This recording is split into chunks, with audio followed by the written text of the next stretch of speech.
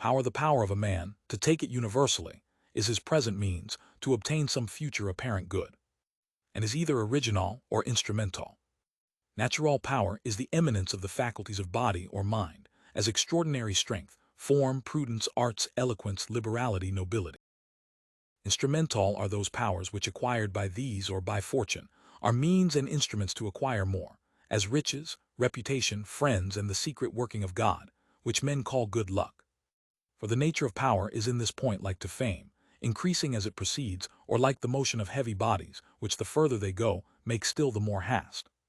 The greatest of humane powers is that which is compounded of the powers of most men, united by consent, in one person, natural or civil, that has the use of all their powers depending on his will, such as is the power of a commonwealth, or depending on the wills of each particular, such as is the power of a faction, or of divers factions league. Therefore to have servants is power, to have friends is power, for they are strengths united.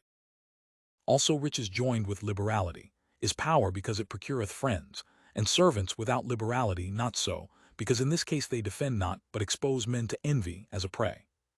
Reputation of power is power, because it draweth with it the adherence of those that need protection.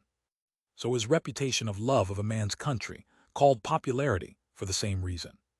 Also what quality soever maketh a man beloved, or feared of many, or the reputation of such quality, is power, because it is a means to have the assistance and service of many. Good success is power, because it maketh reputation of wisdom, or good fortune, which makes men either fear him, or rely on him.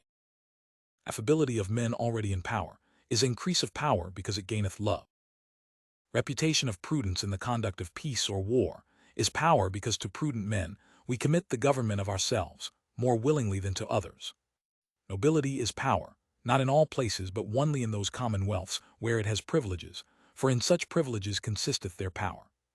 Eloquence is power, because it is seeming prudence. Form is power, because being a promise of good, it recommendeth men to the favor of women and strangers. The sciences are small power, because not eminent, and therefore not acknowledged in any man, nor are at all but in a few, and in them but of a few things. For science is of that nature, as none can understand it to be, but such as in a good measure have attained it. Arts of public use, as fortification, making of engines and other instruments of war, because they confer to defense and victory, are power, and though the true mother of them be science, namely the mathematiques, yet, because they are brought into the light by the hand of the artificer, they be esteemed, the midwife passing with the vulgar for the mother, as his issue. Worth, the value or worth of a man, is as of all other things, his price, that is to say, so much as would be given for the use of his power, and therefore is not absolute, but a thing dependent on the need and judgment of another. An able conductor of soldiers is of great price in time of war present, or imminent, but in peace not so. A learned and uncorrupt judge is much worth in time of peace, but not so much in war. And as in other things, so in men, not the seller, but the buyer determines the price. For let a man, as most men do, rate themselves as the highest value they can, yet their true value is no more than it is esteemed by others. The manifestation of the value we set on one another is that which is commonly called honoring and dishonoring. To value a man at a high rate is to honor him, at a low rate is to dishonor him. But high and low, in this case, is to be understood by comparison to the rate that each man setteth on himself. Dignity, the public worth of a man, which is the value set on him by the commonwealth, is that which men commonly call dignity. And this value of him by the commonwealth is understood by offices of command, judicature, public employment, or by names and titles, introduced for distinction of such value. To honor and dishonor, to pray to another for aid of any kind, is to honor, because as seen we have an opinion he has power to help, and the more difficult the aid is, the more is the honor. To obey is to honor, because no man obeys them, whom they think have no power to help or hurt them. And consequently to disobey is to dishonor. To give great gifts to a man is to honor him, because 'tis buying of protection and acknowledging of power. To give little gifts is to dishonor, because it is but alms, and signifies an opinion of the need of small helps. To be sedulous in promoting another's good, also to flatter, is to honor, as a scene we seek his protection or aid. To neglect is to dishonor. To give way or place to another in any commodity is to honor, being a confession of greater power. To arrogate is to dishonor. To show any scene of love or fear of another is to honor, for both to love and to fear is to value. To contemny, or less to love or fear than he expects, is to dishonor, for tease undervalue. Praise, magnify, or call happy, is to honor, because nothing but goodness, power, and felicity is valued. To revile, mock, or pity is to dishonor. Speak to another with consideration, to appear before him with decency and humility is to honor him, as signs of fear to offend. Speak to him rashly, to do anything before him obscenely, slovenly, impudently, is to dishonor. Believe, to trust, to rely on another is to honor him, seen of opinion of his virtue and power. To distrust or not believe is to dishonor. Hearken to a man's counsel or discourse of what kind soever is to honor, as a seen we think him wise or eloquent or witty. To sleep or go forth or talk the while is to dishonor. To do those things to another, which he takes for signs of honor, or which the law or custom makes so, is to honor, because in approving the honor done by others, he acknowledgeth the power which others acknowledge. To refuse to do them is to dishonor.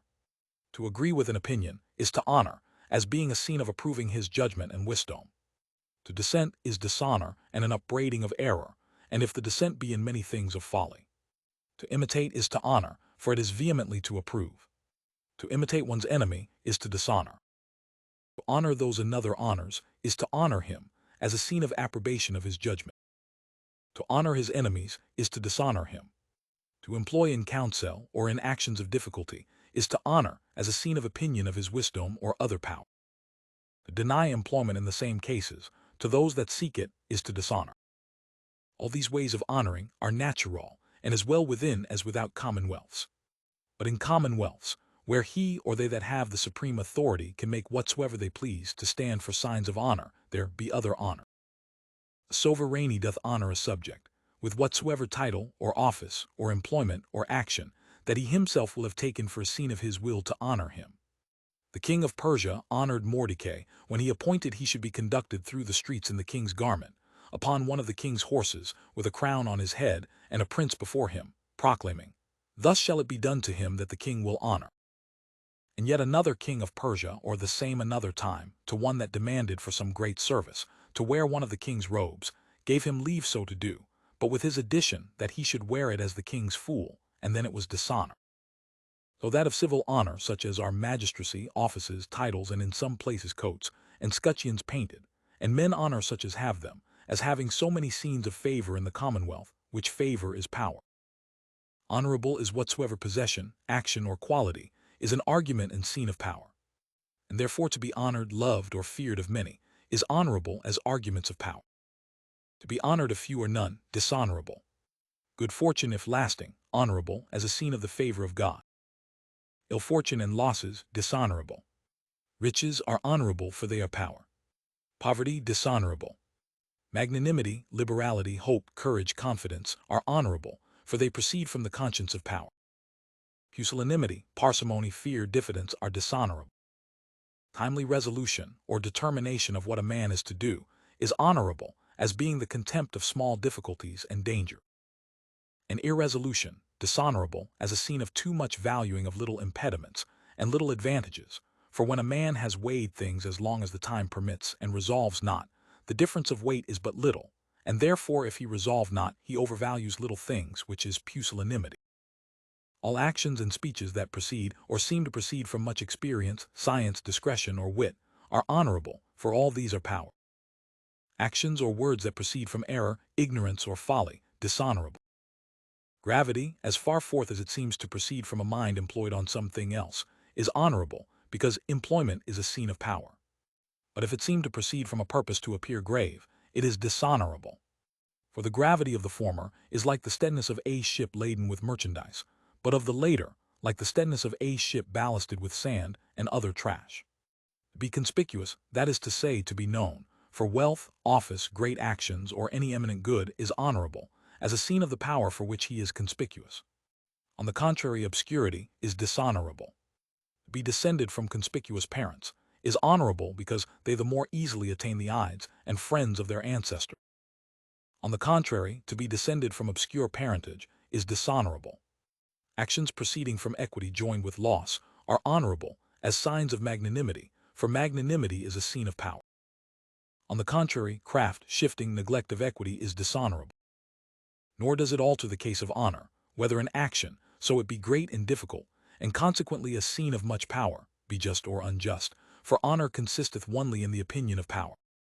Therefore the ancient heathen did not think they dishonored, but greatly honored the gods, when they introduced them in their poems, committing rapes, thefts, and other great but unjust or unclean acts, insomuch as nothing is so much celebrated in Jupiter as his adulteries, nor in Mercury as his frauds and thefts, of whose praises in a hymn of Homer, the greatest is this, that being born in the morning, he had invented music at noon, and before night stolen away the cattle of Apollo from his herdsmen.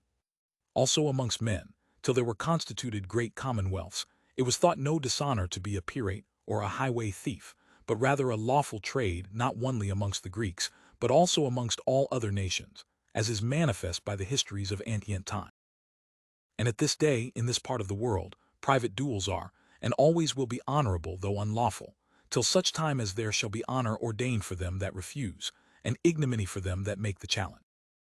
For duels also are many times effects of courage, and the ground of courage is always strength or skill, which are power, though for the most part they be effects of rash speaking, and of the fear of dishonor in one or both the combatants who, engaged by rashness, are driven into the lists to avoid disgrace.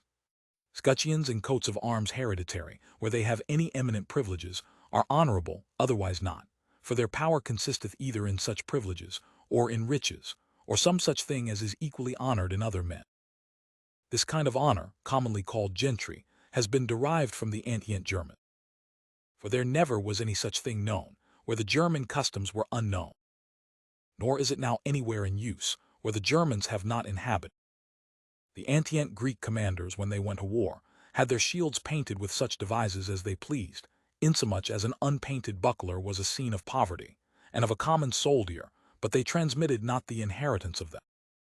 The Romans transmitted the marks of their families, but they were the images, not the devices of their ancestors. Amongst the people of Asia, Africa, and America, there is not, nor was ever any such thing. The Germans only had that custom, from whom it has been derived into England, France, Spain, and Italy, when in great numbers they either aided the Romans, or made their own conquests in these western parts of the world. For Germany, being antient lie, as all other countries in their beginnings, divided amongst an infinite number of little lords, or masters of families that continually had wars one with another, those masters or lords, principally to the end they might, when they were covered with arms, be known by their followers, and partly for ornament, both painted their armor, or their scutcheon or coat, with the picture of some beast or other thing, and also put some eminent and visible mark upon the crest of their helmets. And his ornament both of the arms and crest descended by inheritance to their children, to the eldest pure, and to the rest with some note of diversity, such as the old master, that is to say in Dutch, the herald thought fit. But when many such families, joined together, made a greater monarchy, this duty of the herald to distinguish scutcheons was made a private office apart. And the issue of these lords is the great and antient gentry, which for the most part bear living creatures, noted for courage and rapine, or castles, battlements, belts, weapons, bars, palisadoes, and other notes of war, nothing being then in honor but virtue military. Afterwards not only kings but popular commonwealths gave divers manners of scutcheons to such as went forth to the war, or returned from it, for encouragement or recompense to their service. All which by an observing reader may be found in such ancient histories, Greek and Latin, as make mention of the German nation, and manners in their time. Titles of honor, such as are Duke, Count, Marquis, and Baron, are honorable, as signifying the value set upon them by the sovereign power of the Commonwealth, which titles were in old-time titles of office, and command derived some from the Romans, some from the Germans and French. Dukes in Latin duces, being generals in war, counts, commates, such as bear the general company out of friendship, and were left to govern and defend places conquered, and pacified marquis martians, were counts that governed the marches or bounds of the empire. Which titles of Duke, Count, and Marquis came into the empire, about the time of Constantine the Great, from the customs of the German militia. Baron seems to have been a title of the Gauls, and signifies a great man, such as were the king's or prince's men, whom they employed in war about their persons, and seems to be derived from ver to bur and bar, that signified the same in the language of the Gauls, that ver in Latin, and thence to barrow and barrow, so that such men were called barons, and after barons, and in Spanish varo. But he that would know more particularly the original of titles of honor may find it, as I have done this, in Mr. Selden's most excellent treatise of that subject. In process of time, these offices of honor, by occasion of trouble, and for reasons of good and peaceable government, were turned into mere titles serving for the most part to distinguish the precedence, place, and order of subjects in the commonwealth. And men were made dukes, counts, marquises, and barons of places, wherein they had neither possession nor command, and other titles also were devised to the same end. Worthiness, fitness, worthiness, is a thing different from the worth or value of a man, and also from his merit or desert, and consisteth in a particular power, or ability for that, whereof he is said to be worthy, which particular ability is usually named fitness or aptitude. For he is worthiest to be a commander, to be a judge, or to have any other charge that is best fitted with the qualities required to the well discharging of it, and worthiest of riches, that has the qualities most requisite for the well using of them, any of which qualities being absent, one may nevertheless be a worthy man, and valuable for something else. Again, a man may be worthy of riches, office, and employment, that nevertheless can plead no right to have it before another, and therefore cannot be said to merit or deserve it. For merit presupposeth a right, and that the thing deserved is due by promise, of which I shall say more hereafter when I shall speak of contracts.